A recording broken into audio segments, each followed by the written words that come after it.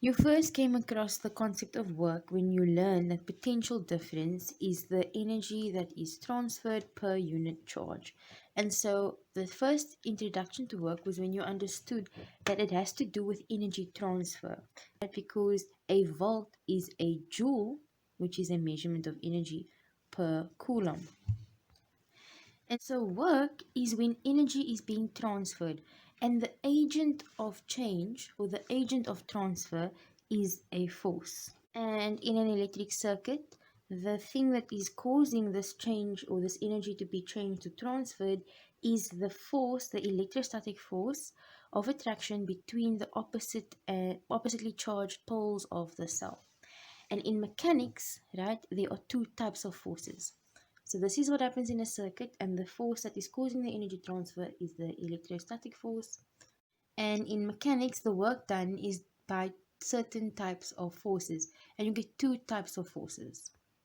You get your conservative forces and your non-conservative forces. And the definition of conservative forces is a force for which the work done in moving an object between 2 points is independent of the path taken. For example, gravitational force and electrostatic force. Your non-conservative force is of the opposite. It's a force for which the work done in moving an object between 2 points does depend on the path taken. And so examples of this are friction and also your applied force and also tension. So basically all your contact forces are your non-conservative forces. So every force has a corresponding work that it performs, right? So we can start by saying that the work done by a force is going to be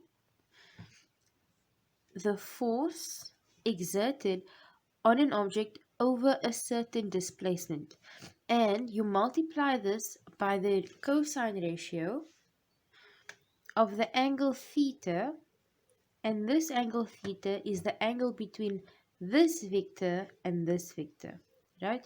When you multiply vectors, you get a scalar value, right? So these are two vectors, and the angle between them, you multiply the two vectors by the cosine ratio of the angle between the two of the vectors. So every single force that you have exerts or does work, right? Even if it's zero, right? Then that means the work done by that force will be zero. For example, the normal force, sometimes if it acts perpendicular to the object, then the work done will be zero, okay? Because cos 90 is zero. But for other forces, for example, gravity, the force done by gravity or the work done by the gravitational force is Fg times the displacement over which it acts. This will be if an object is falling or rising in height. And then you multiply it by the displacement, which is the value of how much it actually moves or changes in height, and multiply it by cos theta. And then this will be mg, okay, delta x cos theta. So that's the work done by the gravitational force. And if you were asked to calculate the work done by your frictional force, this is what it would look like. So as you can see, each and every single force has a corresponding work value. So when you want to add all these works together, you are calculating the net work, which is going to be the sum of all these different works. So it can look differently depending on the question. Okay, so this is just an example. If you're given these different forces, or if you're asked to calculate one of these and you're given one of this, you can add them together to calculate the net work. Remember, sometimes when your normal force is the only thing acting perpendicularly, then it will be zero.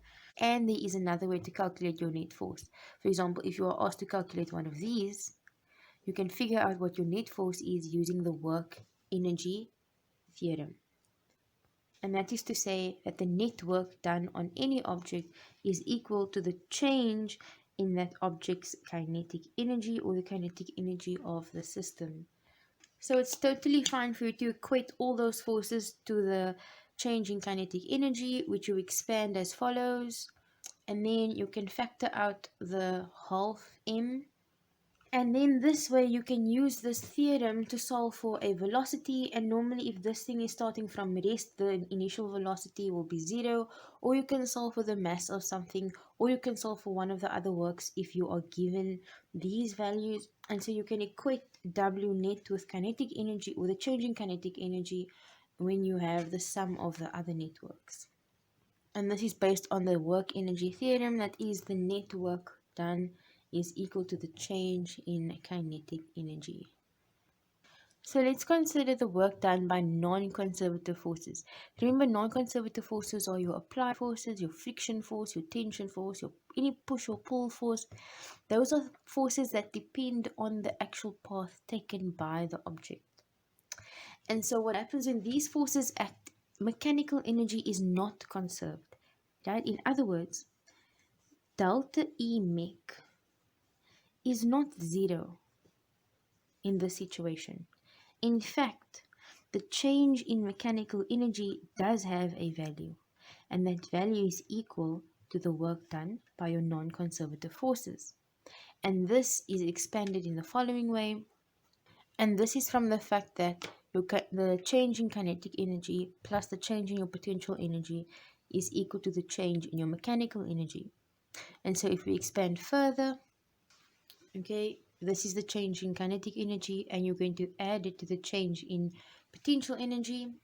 And then if you factorize to make it simpler, it looks like, okay, so this is another way that you can solve for either of these variables. Please note, you can't take the square outside of the bracket. That's a common mistake. So this is a way that you can solve for the variables based on work done by non-conservative forces. And you're going to use the values of your mass that you are given of your object. Please note that you need to add an additional um, kinetic energy for each object in the system. And for potential energy, it's going to be the change in height multiplied by the mass of the object times your gravitational constant. So what we have is 4 different equations for calculating different types of work. You can equate these two, like you can add the different works that they give you. They will ask you to calculate one, or they will give you one, and in the next question you can equate them.